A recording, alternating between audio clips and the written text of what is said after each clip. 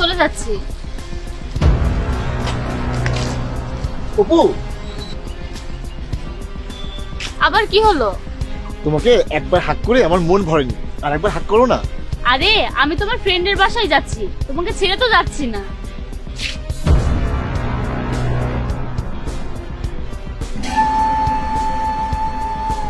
আর হ্যাঁ, আমার ফিরতে রাত হবে, তুমি ঠিক মতো খাবার খেয়ে নিও, ঠিক আছে? ঠিক আছে। ঠিক আছে বাবু, বাই। বাই। সে জানতেও পারেনি আমি তার পিছে জিপিএস লাগিয়ে দিয়েছি। আজ আমি জানতে পারবো সে আমার পিছে কার সাথে নোংরামি করে।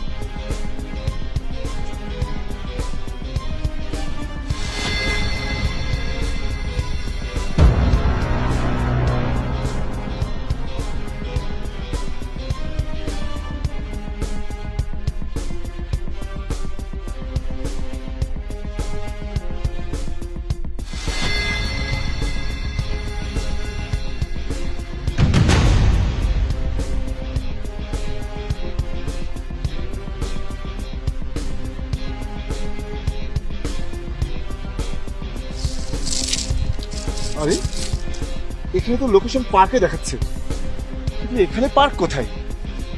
ও আচ্ছা, এই যে পার্ক। তার মানে আমার সন্দেহই ঠিক, অপু কোনো বান্ধবীর বাসায় যায়নি, পার্কে এসেছে। ঠিক আছে, আজ আমি তাকে হাতে নাতে ধরবো।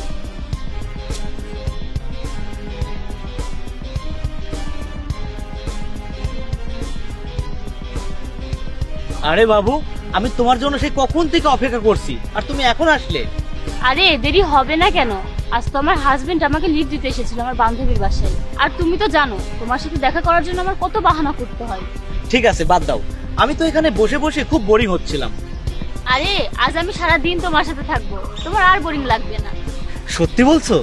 আরে হ্যাঁ, কিন্তু তুমি তার আগে আমার জন্য খাবার কিছু নিয়ে এসো, আমার অনেক ক্ষুধা পেয়েছে। আচ্ছা ঠিক আছে, তুমি এখানে বসো, আমি খাবার নিয়ে আসছি। আরে লোকেশন তো এখানেই দেখাচ্ছে, কিন্তু অপু কোথায়? মনে হয় সামনেই আছে। আরে অন্ধ নাকি? আরে তুহিন, তুমি এখানে? আরে জাহিদ ভাই, আপনি? আর তুহিন, তুমি এই পার্কে কি করছো? আরে ভাই, আপনার কাছে আর কি লুকাবো, আপনি তো জানেনই আমি মেয়েদের সাথে ঘুরতে কতটা পছন্দ করি। তার মানে তুমি সুমিকে নিয়ে এসেছো? আরে না, এখন কি আর ফ্রেন্ডের যুগ, এখন তো ভাবিদের যুগ। কি, তুমি তোমার ভাবির সাথে এসেছো? হ্যাঁ। কি ভাবছো ভাই? না মানে ভাবছি তুমি যে ভাবির সাথে এসেছো না জানি সে কতটা সুন্দর হবে। চলো আমাকে নিয়ে চলো, তাকে দেখাও। আরে এটা কোনো কথা নাকি, চলেন দেখাচ্ছি।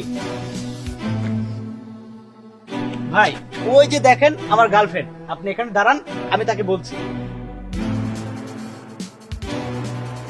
আরে লোকেশন তো আশেপাশে দেখাচ্ছে, কিন্তু অপু কোথায়?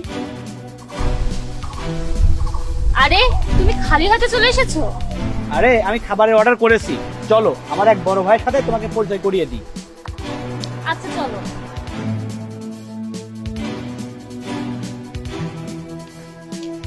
এই যে আমার ভাই।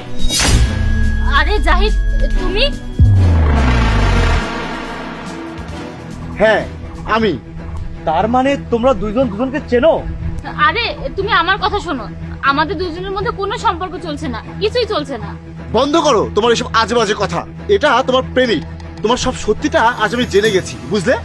আরে জাহিদ ভাই, তার মানে ও আপনার? হ্যাঁ, ও আমার স্ত্রী, আর ওর তো কোনো লজ্জা নেই, ও আমার পেছনে পেছনে অন্য কারোর সাথে সম্পর্কে জড়িয়েছে।